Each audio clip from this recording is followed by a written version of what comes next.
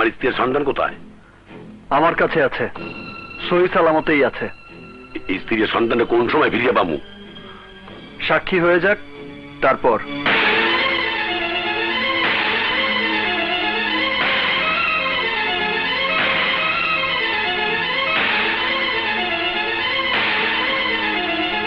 আমি বুঝতে পারতেছি না, আপনি কি করিয়া বুঝলেন সোফিয়ার তার বুনা আমার কাছে আছে?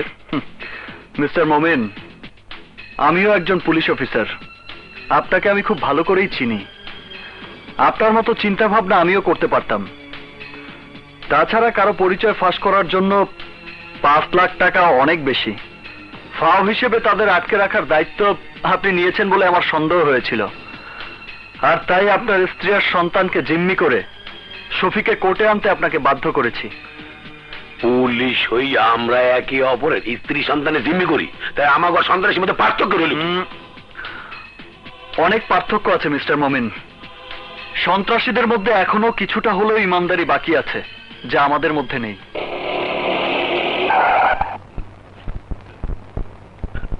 নামুন।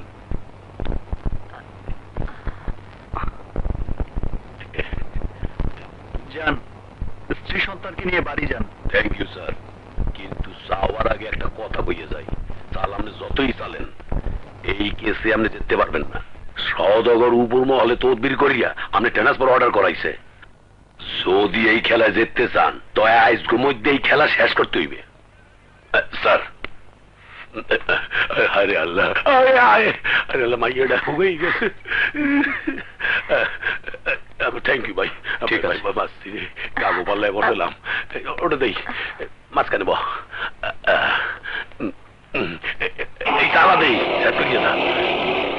মাননীয় আদালত, আমার আদালতের কাছে অনুরোধ, পরবর্তী শুনানির জন্য নতুন করে তারিখ ধার্য করা হোক। না ইওর অনার, না। উকিল প্রতিদিন কোর্ট থেকে এভাবে নতুন তারিখ দিতে থাকবে, আর যতদিন কেসের রায় না হবে ততদিন বেঁচে থাকার সুযোগ পাবে এই ধর্ষক। আমি আপনার কাছে হাত জোর করে প্রার্থনা করছি জজ সাহেব, নতুন করে শুনানির তারিখ আর দেবেন না। আমি আপনার কাছে প্রার্থনা করছি, মে লর্ড, প্লিজ প্লিজ প্লিজ জজ সাহেব, প্লিজ।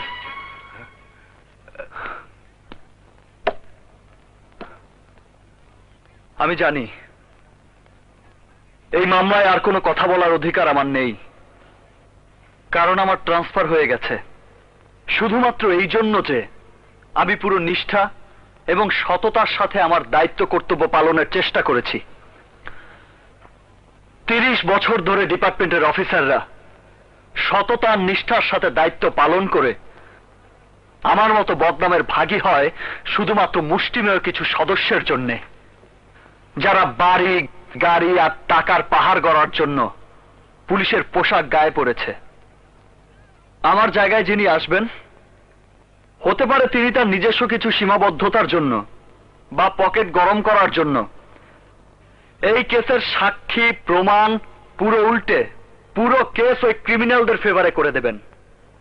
আলিয়ার তার স্ত্রীকে হয়তো উল্টো সাক্ষী দিতে বাধ্য হতে পারে, যার ফলে এরা হয়তো আইনকে ভয় পাবে, নয়তো আইনের প্রতি ঘৃণা নিয়ে বেঁচে থাকবে, আর নয়তো ওদের পাগল বানিয়ে রাস্তায় লোকজনের সামনে উলঙ্গ ঘুরতে বাধ্য করবে ওই সদাগর আর তার লোকজন। আমরা কার উপর ভরসা করব?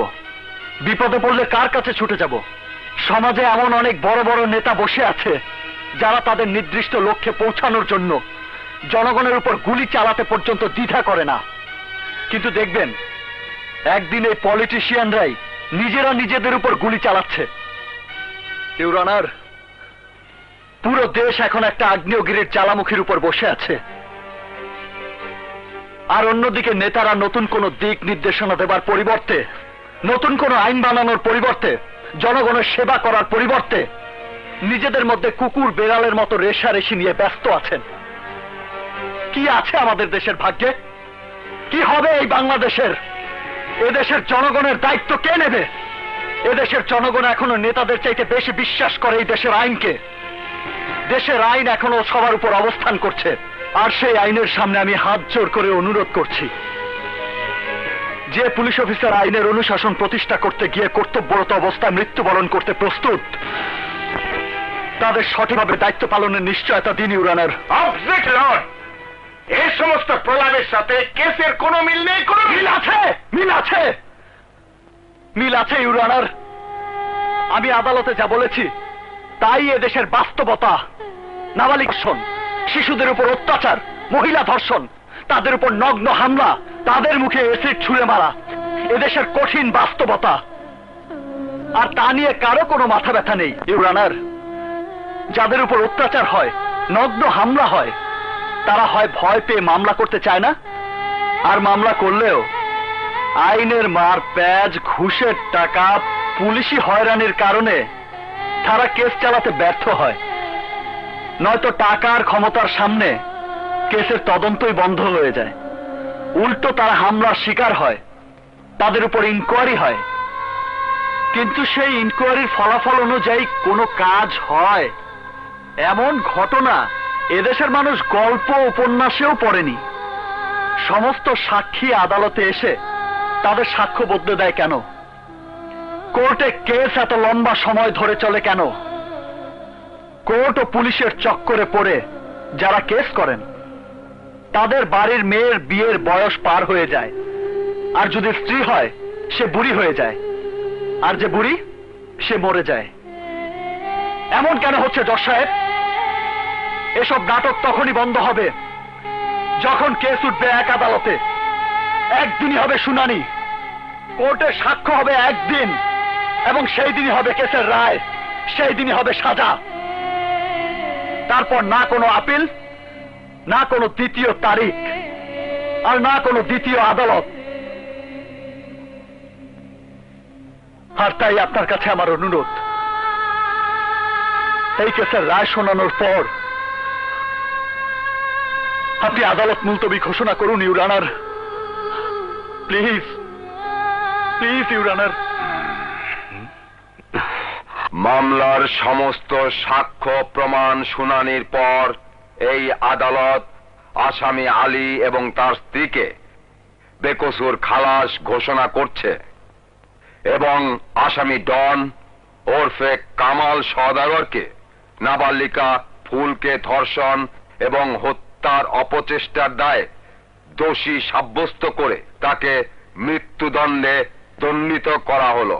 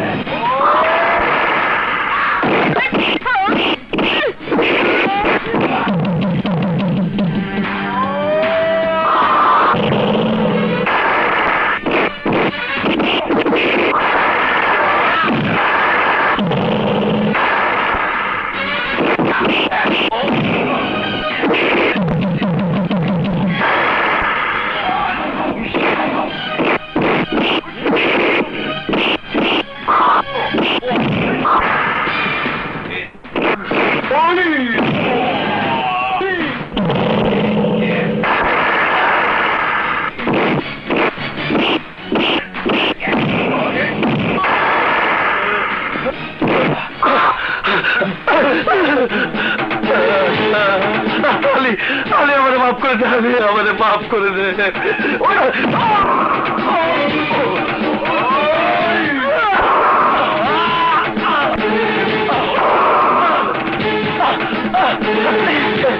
আমারে মাফ করে দে বোন।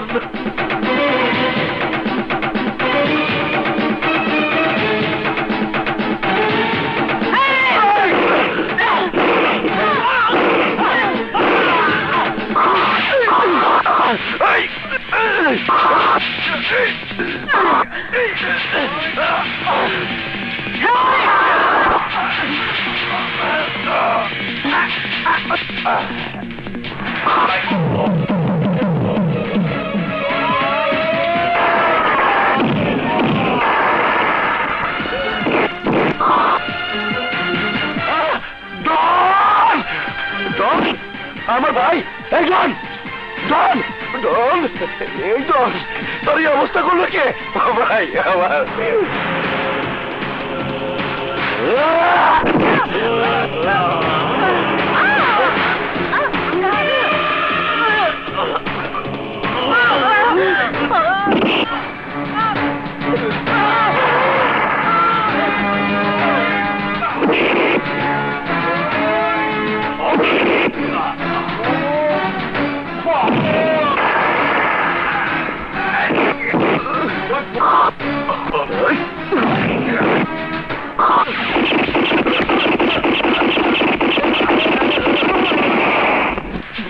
তুই আমারে আখিরাত দেখা দিলি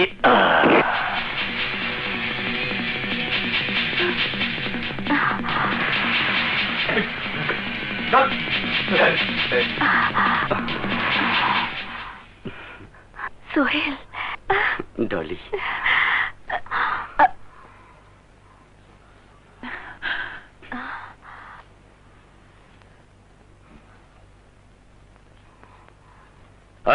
লাশ পোস্টমর্টমের ব্যবস্থা করো। মিস্টার সংগ্রাম, আজ তুমি যে সাহসিকতার পরিচয় দিয়েছো পুলিশ ডিপার্টমেন্ট সারা জীবন তা মনে রাখবে। সংগ্রাম, আইনের সব রকম সহযোগিতা তুমি পাবে, আমি তোমার সঙ্গে আছি। Thank you sir. ওয়েলকাম।